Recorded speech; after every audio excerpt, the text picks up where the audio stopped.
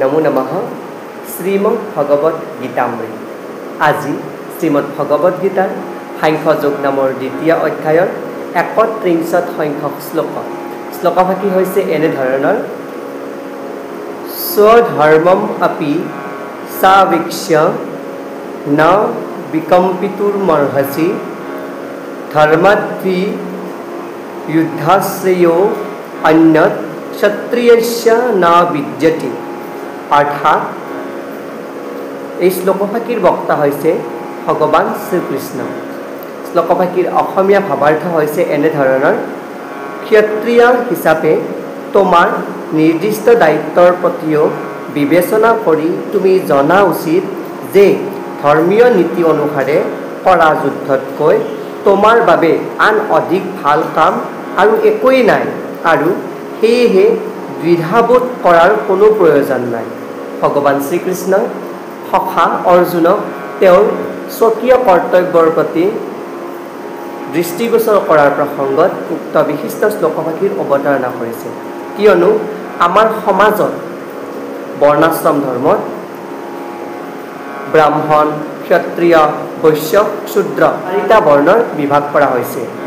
এই ৪টা বৰ্ণাশ্ৰমৰ ভিতৰত ব্ৰাহ্মণে ব্ৰাহ্মণৰ দায়িত্ব পালন কৰে, ক্ষত্ৰিয়ই ক্ষত্ৰিয়ৰ দায়িত্ব পালন কৰে, বৈশ্যই বৈশ্যৰ আৰু শূদ্ৰই শূদ্ৰৰ। ইয়াত ভাষ্যক্ৰমে উল্লেখ কৰিছে যে ক্ষত মানে আঘাত, যিজনে আনক আঘাত পোৱাৰ পৰা ক্ষতাক মানে ত্ৰাণ কৰে, অৰ্থাৎ ত্ৰায়তে, সেয়াই হৈছে ক্ষত্ৰিয়ৰ নিজৰ ধৰ্ম। অৰ্থাৎ ক্ষতাত ত্ৰায়তে ইতি ক্ষত্ৰিয়। সেয়েহে হে অৰ্জুন, তুমি ক্ষত্ৰিয়, সেই হেতুকে তুমি নিজৰ কৰ্ম কৰা আৰু ক্ষত্ৰিয়ৰ ধৰ্ম পালন কৰা। সেই প্ৰসংগত স্মৃতিশাস্ত্ৰৰ এটি বিশিষ্ট শ্লোকৰ অৱতাৰণা কৰিছে। সেয়া হৈছে: আহবেষু মিথ্যো অন্যোন্যং জিঘ্ৰাসন্তু মহীক্ষিতঃ যুদ্ধমানাঃ পৰং শক্ত্যাঃ স্বৰ্গং য়ান্ত পৰাংমুখাঃ যজ্ঞেষু পশৱো ব্ৰহ্মণ হন্যন্তে সততং দ্বিজৈঃ সংস্কৃতাঃ কিল মন্ত্ৰস্য তে অপি স্বৰ্গমৱাপ্নুৱন। অৰ্থাৎ ক্ষত্ৰিয় ৰজাসকলে ঈৰ্ষাপৰায়ণ ৰজাৰ প্ৰতি মহাশক্তিৰে যুদ্ধ কৰি যুদ্ধক্ষেত্ৰত মৃত্যুবৰণ কৰিলেও স্বৰ্গ লাভ কৰে। সেইদৰে ব্ৰাহ্মণসকলেও যজ্ঞত অগ্নি পশু উৎসৰ্গা কৰি স্বৰ্গ লাভ কৰিবলৈ সক্ষম হয়। অৰ্থাৎ ব্ৰাহ্মণৰ কৰ্ম হৈছে তেওঁলোকে যজ্ঞত আহুতি দিয়া, আৰু যি আহুতিত পশু আহুতি কৰা হয় বা উৎসৰ্গা দিয়া হয় সেয়াও তেওঁৰ স্বৰ্গ সাধনৰে পথ, সেয়াও তেওঁৰ নিজৰ ব্যক্তিগত কৰ্তব্য। ঠিক তেনেদৰে তুমিও যি হত্যা কৰিবলৈ ওলাইছা বা যি যুদ্ধ কৰিব ওলাইছা তাত তোমাৰ কোনো পাপ নহয়, সেয়া তোমাৰ ব্যক্তিগত কৰ্ম বা তোমাৰ ক্ষত্ৰিয় হিচাপে কৰ্তব্য।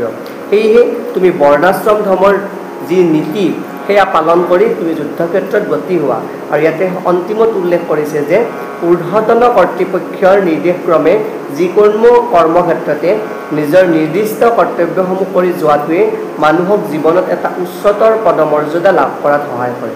অৰ্থাৎ আমাৰ যিটো কৰ্তব্য, ছাত্ৰ হিচাপে অধ্যয়ন কৰা, ছাত্ৰ নাম অধ্যয়নং তপ, ব্ৰাহ্মণ হিচাপে যজমেন বিহিত কৰ্ম কৰা, আৰু ক্ষত্ৰিয় হিচাপে যুদ্ধ কৰ্ম কৰা, বৈশ্য হিচাপে বাণিজ্য কৰ্ম কৰা, সেয়া ইয়াৰ ধৰ্ম বুলি ইয়াতে উল্লেখ কৰিছে। কিন্তু বৰ্ণাশ্ৰম ধৰ্মৰ ব্ৰাহ্মণে যে ব্ৰহ্মত্ব লাভ কৰিব সেইটো কথাও নহয়, ক্ষত্ৰিয়ই যে যুদ্ধ কৰিব পাৰিব বৰ্তমান সময়ত সেইটো নহয়। যাৰ ব্ৰহ্মত্ব থাকে সি ব্ৰাহ্মণ, আৰু যাৰ শক্তি থাকে সি ক্ষত্ৰিয়, যাৰ বাণিজ্য কৰাৰ শক্তি থাকে বা বাণিজ্য কৰিব পাৰে তেওঁ বাণিজ্য, আৰু যাৰ ক্ষুদ্ৰত্ব থাকে তেওঁ ক্ষুদ্ৰ। সেয়ে কোৱা প্ৰসংগত এই বিশিষ্ট শ্লোকভাগী অৱতাৰণা কৰিছে। ধন্যবাদ।